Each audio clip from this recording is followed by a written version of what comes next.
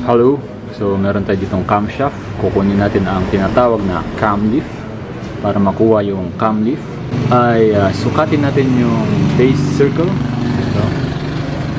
So ayan ito. Ayan, 25 approximately.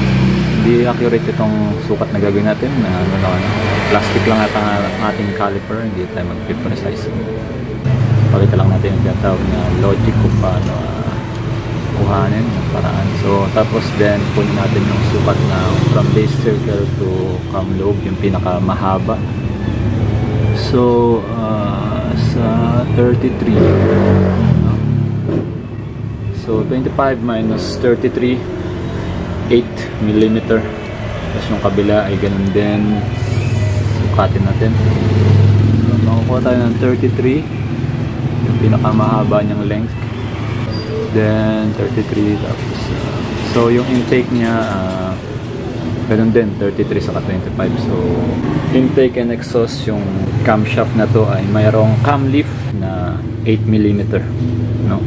Ngayon yung cam leaf ay hindi yun ang valve leaf, dahil yung valve leaf na apektuhan kung saan tumatama itong rocker arm, kasi ito may ratio siya, no? Sukatin natin yung tawag na ratio sa sentro ng pin saka yung tumatama dun sa may valve. So nasa 32. Kung parehas yung tumatamang side dito sa portion, so hindi natin makikita ngayon pag naikabit natin sa makina dito sa may cam, kasi pwedeng umusog-usog ito eh. Depende sa design ng makina, pwedeng nandyan, pwedeng nandito, or pwedeng nandyan. So kung parehas yun yung length nito saka dito, 1:1 lang yun, no? Kung anong cam leaf, kung ano yung ating cam leaf, yun lang din yung valve leaf na tinatawag. Yung valve leaf yung buka ng valve. Wala tayong valve dito, no, nasa loob ng makina natin. So mas malaking buka ng valve, mas maraming hangin yung papasok, diba? So, mas maliit, mas kaunti. So yan, ito yung camshaft natin. Ito yung nagko-control ng buka ng valve ng intake and exhaust, no? Yung timing saka yung duration. At para makuha natin yung valve leaf kung gaano kalaki, pwede nating sukatin dito. Ngayon yung duration, nandun din yan sa loop, kung kailan nagsisimula yung bukas at kailan din nagsisimula yung sara. Kaya mga kaibigan, so stay tuned. I-install natin to. Meron lang tayong konting technical difficulties at yun ang oras. Anyway, nag-check ako ng valve spring ng TMX. Parang masyado tong malambot kumpara dun sa sa stock ng aking Rossi Classic 250. So nakita ng valve spring na kaya mong para siyang clutch spring. Ngayon, hindi basta-basta nagpapalit ng camshaft, no? Hindi basta-basta nagtataas ng lift, dahil isa sa sinasaalang-alang natin itong valve spring. Dahil ito, meron lang siyang maximum length na pwede mo siyang i-compress, di ba? Ayan, no?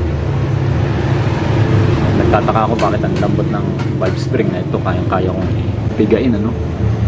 So, bigyan natin ng example. Yung kanyang free length sa 40.5, yung kanyang free length, no? Mako-compress mo lang to ng pinaka-todo, pinakasagad. Malalaman natin yung length nun, no? Dito sa pagsukat ng wire diameter. So 3 mm yung ating wire diameter, then bilangin lang natin yung kung ilang coil o ilan yung wire, no? 1, 2, 3, 4, 5, 6, 7, 8. Actually hindi 8 dahil ito ay kalahati lang. So 7.5 multiply by 3, 22.5 yung sukat nito kapag maximum na pwede mo siyang i-compress, no? So nandito yon sa 22.5 na ganyan. 22.5 yung kanyang magiging pinaka maximum, no, na hindi mo dapat maisagad doon, no? Hindi dapat maisagad doon dahil magkakaroon na tayo ng failure ng ating mechanical parts.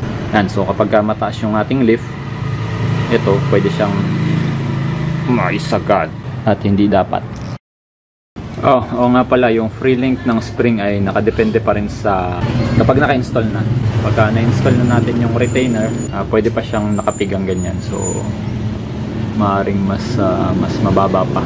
Yan, siguro ganyan lang. So 35, halimbawa 35 lang kanyang free link, no? Tapos nalaman nga natin, no? Na-compute natin na hanggang 22.5 lang yung kanyang pinaka solid, yung maximum niyang mako-compress. So 35 minus 22.5, gamit na tayong calculator. 35 minus 22.5, so 12.5. Ano yung 12.5? Yun yung allowance natin. So kung yung ating valve lift ay 8mm, no? Halimbawa nga ito ay malapit siya sa 1:1 eh. Yan, malapit siya sa 1:1. So ibig sabihin kung anong lift nito eh, siya rin yung buka ng valve, no? Kung ito ay mas mahaba, kung anong lift nito, i-multiply mo yung ratio, no? Makukuha mo yung valve lift. Mas malaki yung magiging valve lift, no? Bali sa computation nating 12.5 minus let's say 8mm lang yung ating valve lift, no? Approximate lang tong ginagawa natin, ano? 12.5 nating allowance minus 8. So meron pa tayong 4.5, no? May natitira pa tayong length na 4.5. Yung 4.5, yan. So ibig sabihin, kapag nakaganyan, meron pa siyang safe, no?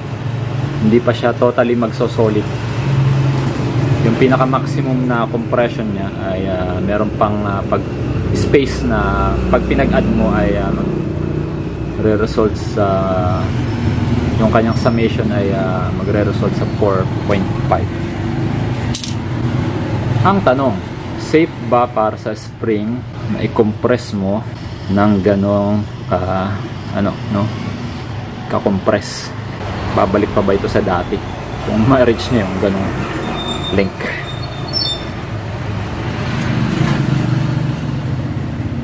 So nakakitang valve spring na kayang-kaya mo.